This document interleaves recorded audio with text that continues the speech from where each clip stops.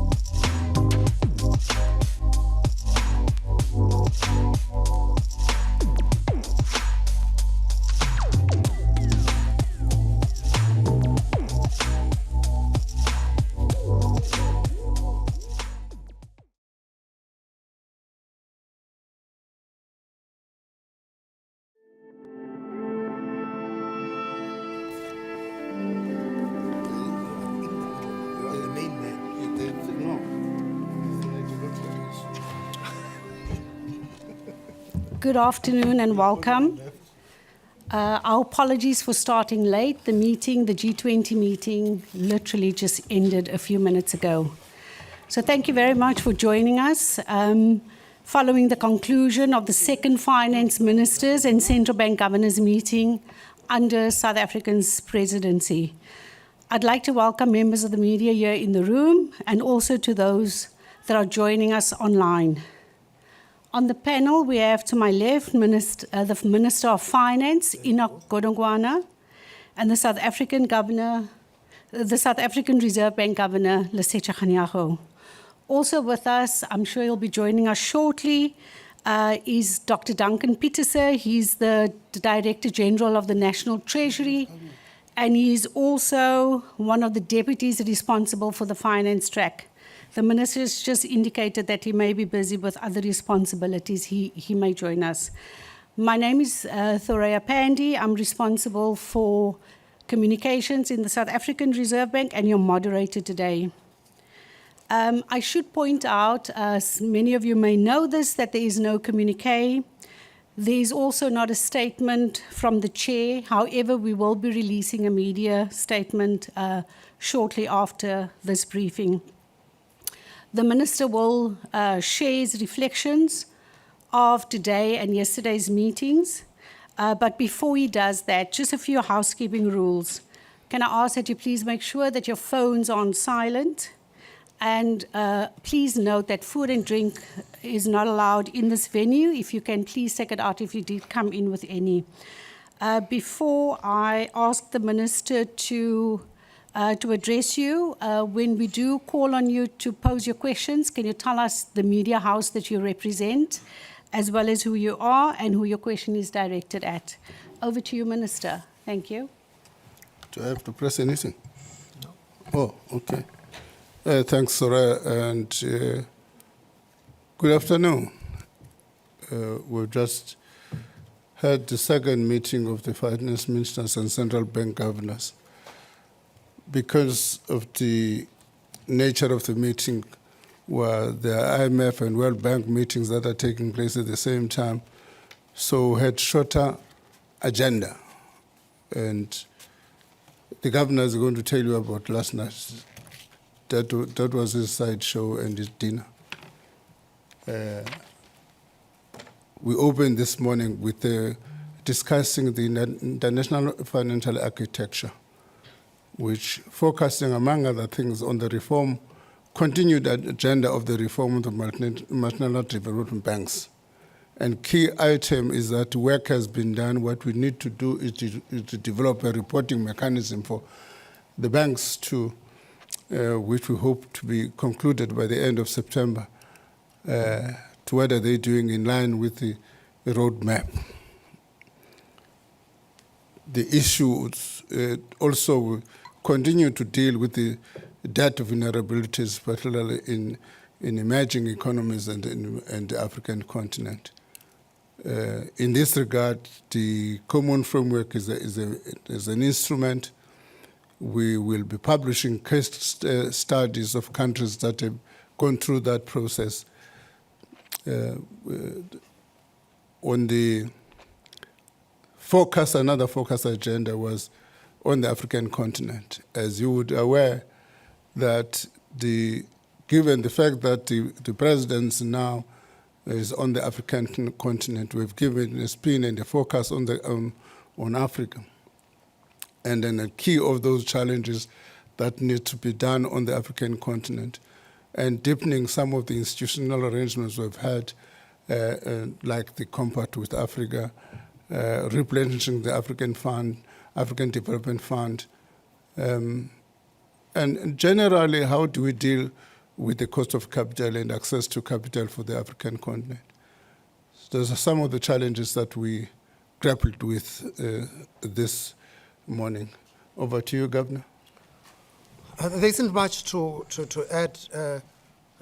Minister, suffice to say that we did reflect on the current economic developments and the extent of the uncertainty that engulfed the financial markets as a result of the trade measures that had been taken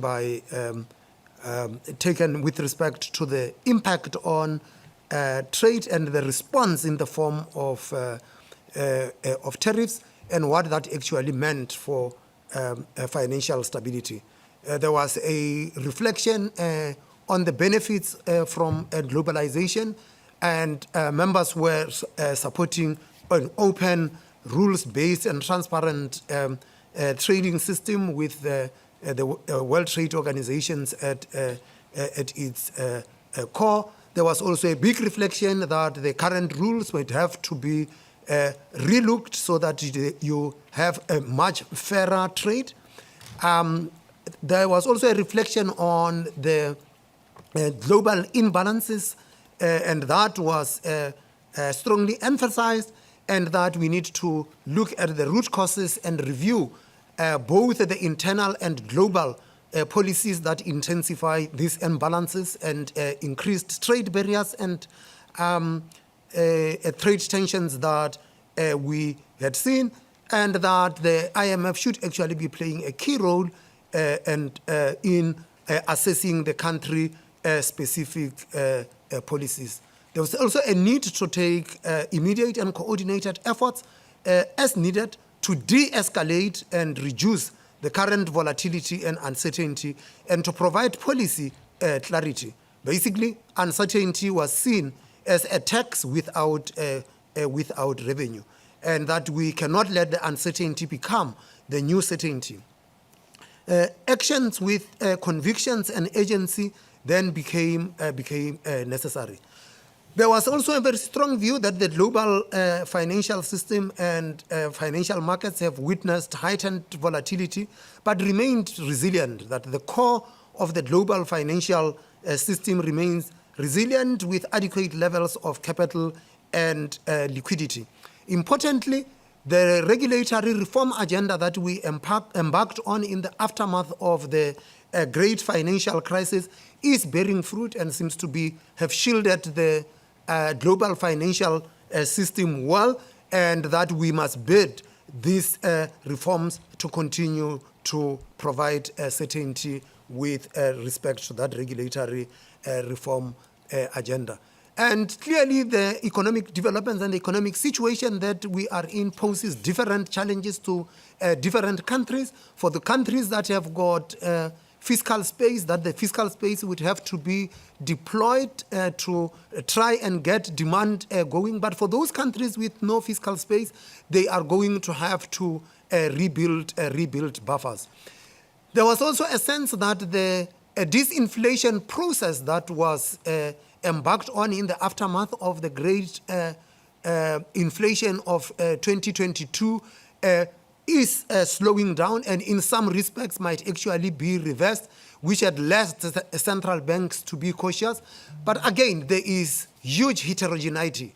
There are central banks which are on target or closer to their target. They have got the space to provide monetary accommodation. But there are central banks that are further away from targets where the disinflation process is also being slowed down, and that central banks would need to remain vigilant. And in a sense, those were the reflections on the global economy. As Minister Godongwana said, there isn't a chair statement or a communique, and these are just our takeaways from the discussions that we have had.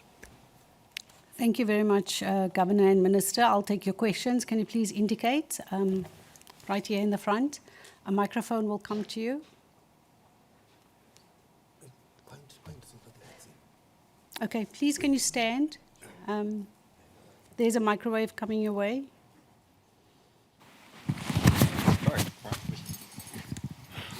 Thank you. Hi, my name is Paul Wallace. I'm with Bloomberg News. I just had a quick question about whether Scott Bessent, the US Treasury Secretary, attended the talks, and if so, what was his contribution? Thank you. Minister? He did attend the last night's session, which was talking largely about the issues the governor is referring to. Yes. Okay. I mean, he was not largely contrary to what people expect him in contradicting anything that was rating more on the rationale for what the Trump administration is doing on tariffs, the stuff that you probably know. Thank you. I'll move. Can I see who else has a question? Right over there. That's right. Thank you for taking my question. I'm Tsubasa Yamazaki from Kyodo News, Japan. I have a quick question. Given that the Trump administration's tariff hikes are expected to slow down the global economy, could you explain why you did not issue the joint statement and communique? Okay. Thank you.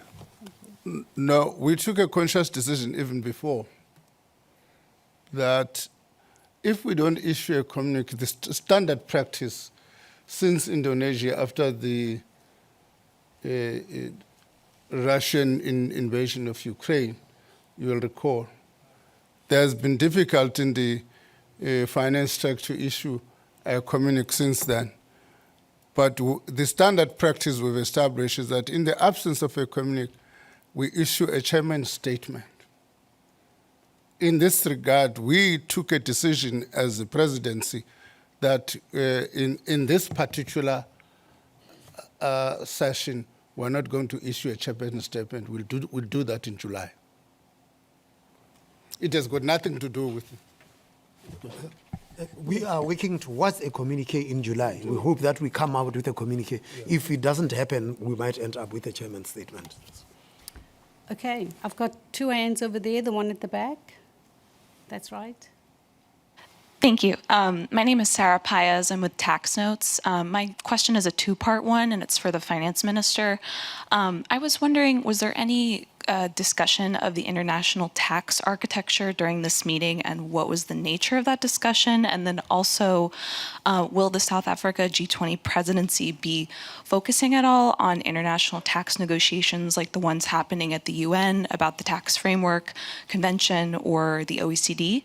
And will the presidency be reviving the taxation of the super rich proposal under the Brazilian G20 presidency? Thank you. No, in this part, we limited, as I indicated, our agenda was very limited for this specific session, and we didn't go into the detail of the tax arrangements. But as you are aware, via the OECD has been providing technical advice on the, and some of the aspects of those tax agreements have been implemented by a number of countries. There is that process, but the United Nations has developed a second process. We are of the view that these processes must of necessity not compete but be complementary. And as a result, we are making a contribution to the UN process, and we will be part of the discussion in the finance for development in Spain. Thank you. I'll take one in the front. Thank you. My name is Sandra from Sina Finance of China. I wonder, in the midst of the U.S. tariff and retaliatory measure from other major economies, how has the meeting discussed on how the G20 countries will coordinate to safeguard the global trade, and also how to prevent the excessive volatility in the emerging market? Thank you. Basically, what you are having is that the negotiations that are taking place bilaterally, and it is very resource intensive.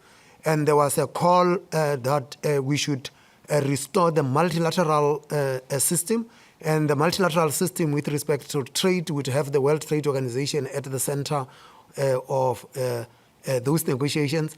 And you know, if we go back, we will realize that the last big agreement that was made with respect to trade was the Uruguay round, and it's more than 30 years ago. So since that had happened, a lot of things took place.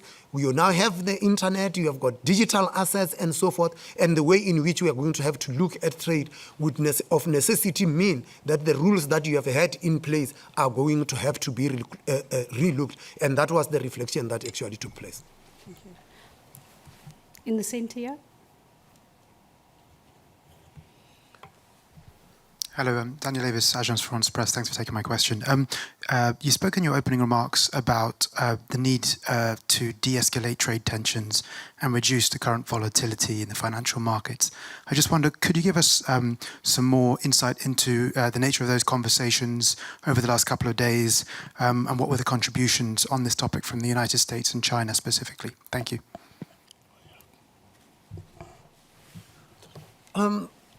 I do not negotiate trade agreements. Ministers do. But basically, the point here was that the tit for tat that takes place means that we might actually not be talking to each other, that we need to actually open the dialogue so that we talk to each other, that we are coming to the point where the tensions have become so elevated that even when a hand is being extended so that one country is reaching out, we might not see that hand because things had become so tense. It's important that those conversations take place. There are time limits that had been set. Some tariffs are supposedly off the table for a period of 90 days. It's ticking every day. The days are becoming fewer.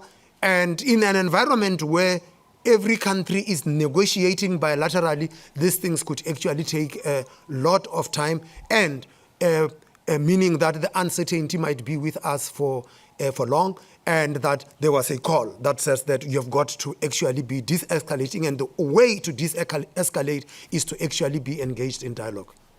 That was your session. That's why I'm giving it to you. But let me just add one point.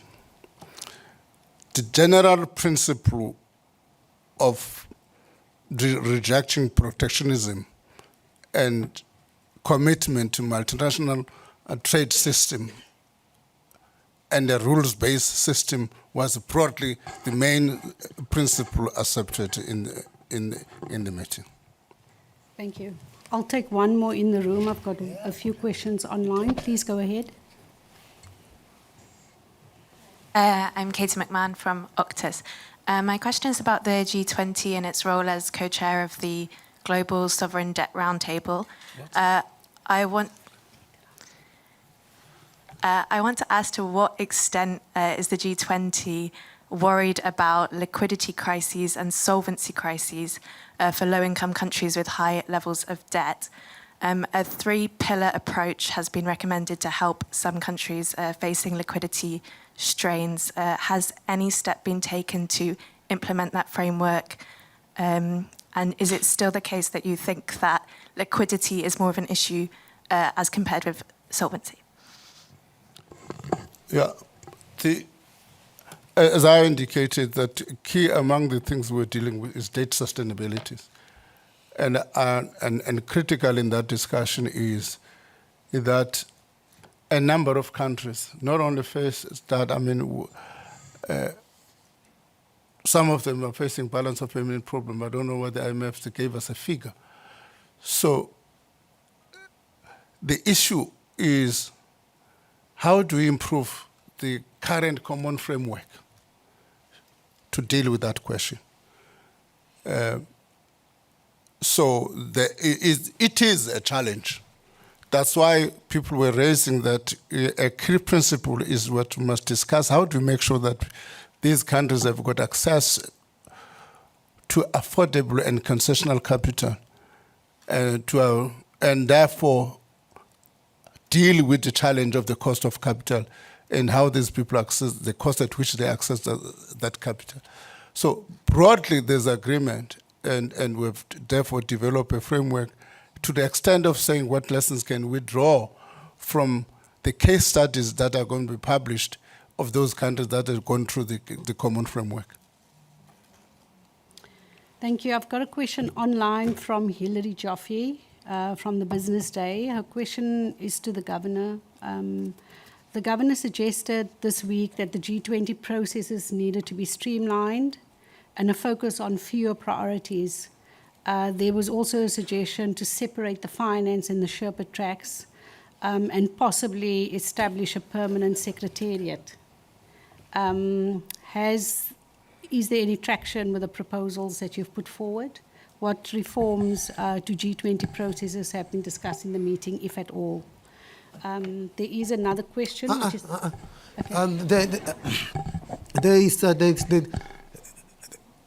South Africa made a very conscious decision that with respect to the finance track, we are not going to add new items.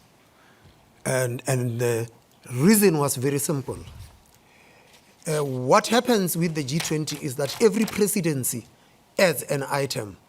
There isn't a mechanism to subtract or where we would say this is now bedded and we must actually have it behind us.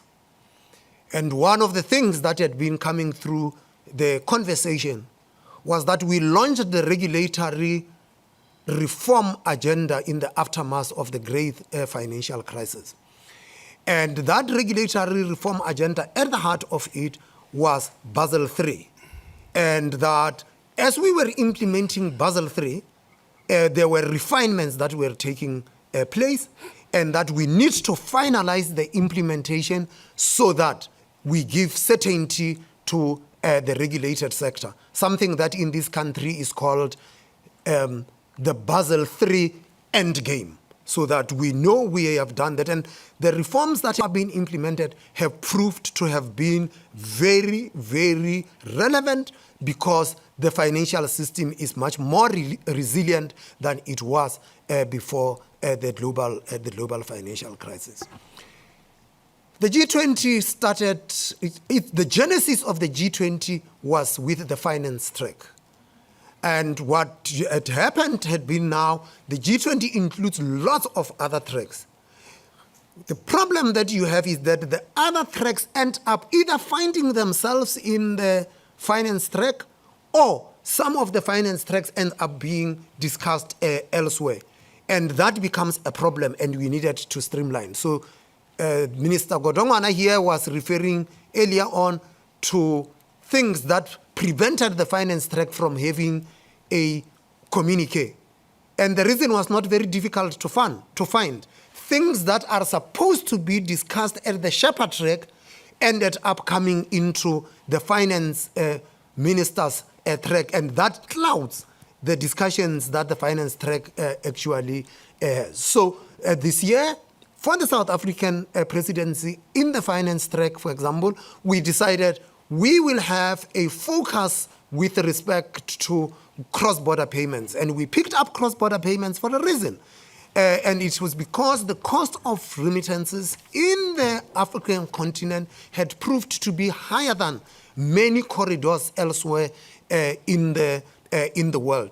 But importantly was that there was political commitment to bringing down the cost of cross-border payments, because under the Saudi presidency, that was adopted at the Leaders' Summit. And we decided that is what we are going to focus on, and we are going to finalize that. In the process, though, the Shepherd's track was discussing the issue of the cost of capital, for which the finance track said this belongs with the finance track, and that is how it got translated into the finance track, and that is what the minister was actually referring to. So we've streamlined the agenda. We didn't add anything from the finance track because we were very clear we needed to finalize what is actually on the G20's agenda.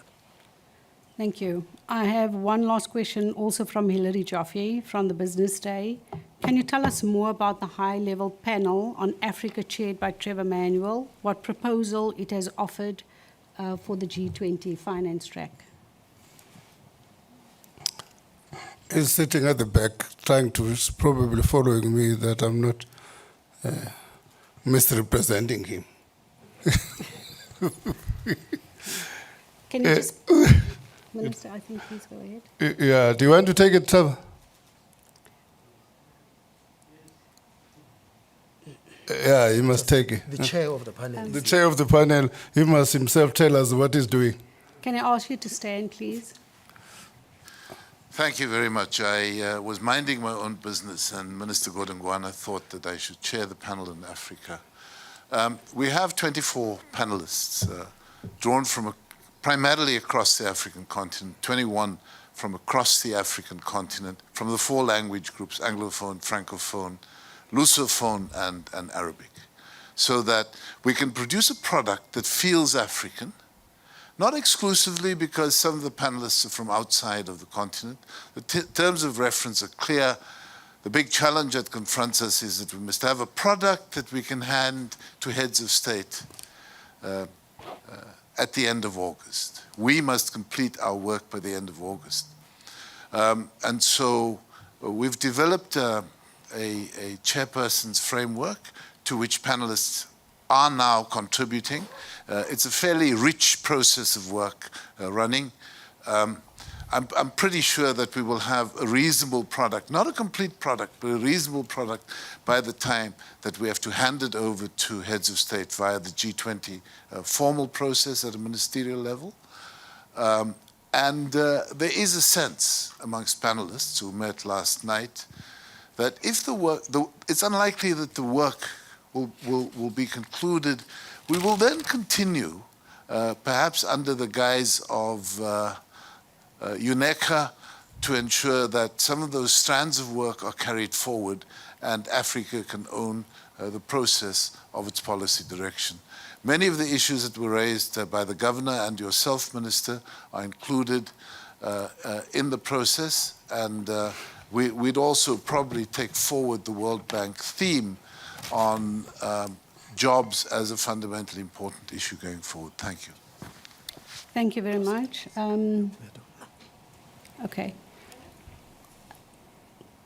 We do have time for one more question, Minister. Okay, please go ahead. Thank you very much. Kemi Oshikoya from the Africa Bazaar magazine, and I'm sorry I'm late. I was attending another event. My question to you is, as we know in Africa, the informal sector is a big sector. And oftentimes when we count the GDP, that sector is left out.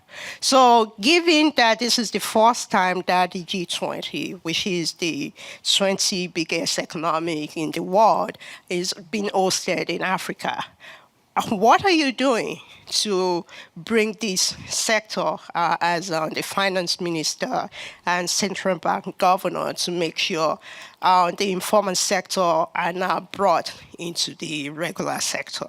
Thank you. Thank you.